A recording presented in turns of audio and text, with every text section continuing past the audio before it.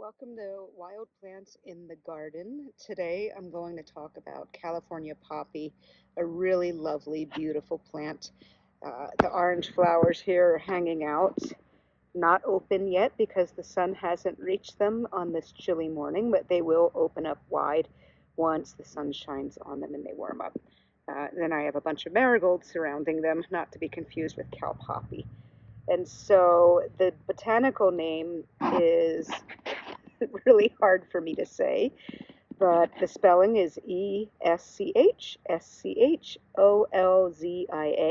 And then the second part of that binomial name is Californica.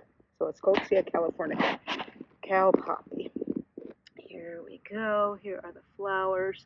A little chilly for them this morning. Here's the flower bud here.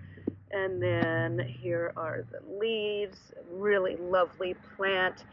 Kind of bluish green, silvery almost, the leaves.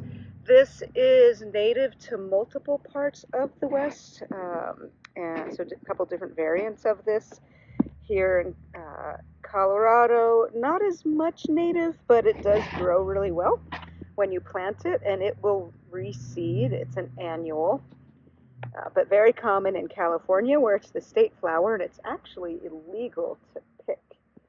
So let's walk around and see if we can find some more. But before I forget, so native to California, hence the name, native to Arizona. You'll see it, for instance, just big, amazing swaths of it in Salt River Canyon when it's blooming. And in the saguaro forests, you will see this in northern Mexico as well. So let's go look at some others in the yard. Here's another one here hanging out with the cosmos. As you can see, this flower is actually starting to open. The sun's just starting to hit it. Here's one down here that's a bit spent, and another one, zoom out a little bit, hanging out here by the lamb's ears. And so I threw a whole bunch of annual seeds out in this garden plot that I dug this year, and as you can see, the cosmos is going batshit crazy, but the California poppy is actually fighting its way up through. Here it is dug up. When you are harvesting this for medicine, you can use the whole plant. So this nice taproot here, you want to dig down and try to get as much of that as possible, because it's not, at least here where I live in Colorado, definitely not a perennial. You can use all of the above ground parts, the stalks, these leaves here. If it's blooming, you can certainly use the flowers, and you can even use the seed pods, but I'm saving this one to plant next year. So if I pop this open, hold on, I'm gonna see if I can do this one-handed. It doesn't want to cooperate. Here we go. So I'm just knocking out some of these seeds here. They look like typical poppy seeds. See that little guy in my hand? So little black poppy seeds. You can make sedating poppy seed cookies for pissed off children on long car trips if you're anticipating some problems on that trip. One of my main teachers used to do that, but you can also just save your seeds to replant this in the next year. It will often just reseed on its own, but I like it. I use it quite a bit, so I want to spread it out a little bit where I am. And it's pretty easy to maintain. It doesn't demand a whole lot of water. It does tend to grow in pretty dry areas. So transplanting this is not going to work very well. You're going to really want to grow it from seed, which is where the sucker came from. So I was curious what the Sfoltzia name means. I'm always interested in the origins of not only botanical names, but also common names of plants. And it's just the name of a guy. Not to be disrespectful. I get bored when plants are named after old white men. So this is named after a botanist from Europe who was around in the early 19th century. And then Californica obviously refers to California, as I said. So this is a really beautiful one that was north of Tucson a ways, wide open to the sun here amongst some cranesbill geraniums. I love this photo. It's one of my favorite for cow poppy.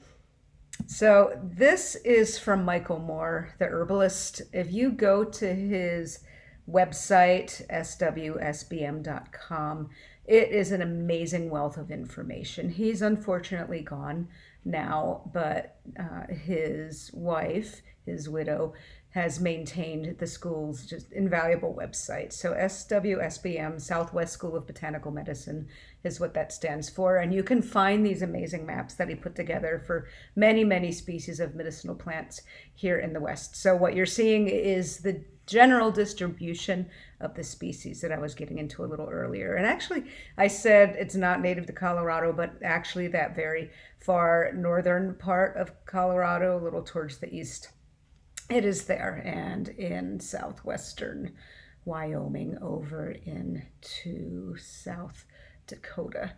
So, moving on, I also mentioned it growing in Salt River Canyon. Here it is. It was amazing. I just had to pull over to look at this because it was so amazing.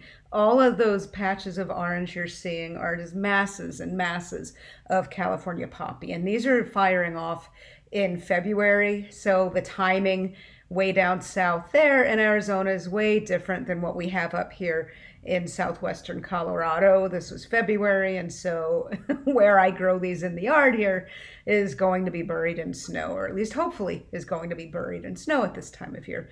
But there you are, big swaths of cow poppy with the road cutting through it there, and some other swaths of it in the saguaro forest. Just stunningly beautiful. So this is actually in the poppy family, but unlike opium poppy, cow poppy does not contain opioids, although it does have some chemicals that are structurally related enough that it's been rumored people might test positive on a drug test. I don't know offhand of anybody personally that's had this happen, if it's a real thing or just a rumor, but it's something to consider if you are using this plant medicinally and you are tested for your job. Now, that said, this is a great plant for pain. It's, it's not as strong, obviously, but it's also not addictive and dangerous.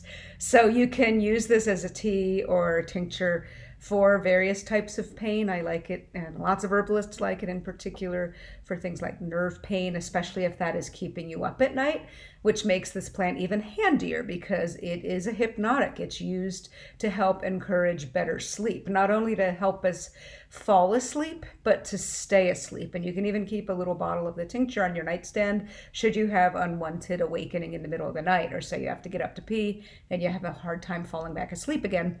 You can just take a dose of that.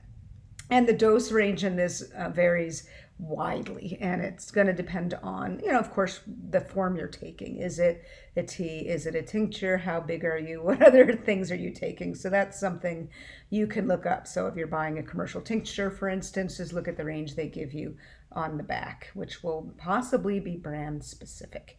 But you can get away with quite a bit of this herb. It is quite safe. Just be careful combining it with sedative medications because there you stand the risk of additive effects. Now, the other use for this is for tension, anxiety, that sort of stress. It is calming, and you can maybe take a lower dose of that, for instance, if you're using it during the day, but you need to be able to work. If you are taking a higher dose of this and you're sensitive to it, be careful driving and such. For me personally, it hasn't been an issue. I'm pretty hard to sedate, actually, but other people are really sensitive, so be aware of that. You don't want the first dose ever that you take of this plant to be right when you're jumping in the car to go run errands. See how you are going to react first.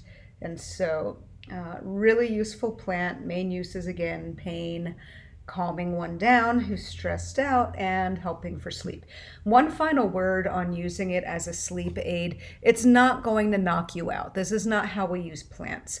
It can help bring you down a little bit, calm you down a little bit, maybe help make you drowsy so that you can slide into that state between our awake consciousness, our daytime consciousness, and what I like to think of as our nighttime consciousness, otherwise known as sleep, that other state we are in. And the best way to do that is not to go a million miles an hour and then slide in the bed at the last minute and think you're going to be able to fall right asleep using this plant. Instead, you want to set yourself up for success. Turn your lights down in the evening. Don't stare at a screen late at night, or in the least, at least have it as a black background, for instance, if you're reading a Kindle with white text or lighter text. And then finally, you're going to dose a couple times or a few times before you actually go to bed. So you maybe take a dose of the tea or the tincture maybe an hour out before you go to bed, or even 90 minutes out, and then maybe take another dose a half hour prior to going to bed, and then maybe even one more dose right as you go to bed. And that's a much better way to use the so-called sleep herbs, these herbs that act as sleep aids. And that's it. I'm going to shut up about cow poppy. If you have any questions or experiences and such that you want to share, feel free to leave them in the comment section. I look at all of them and respond. Thanks for watching, y'all, and be well.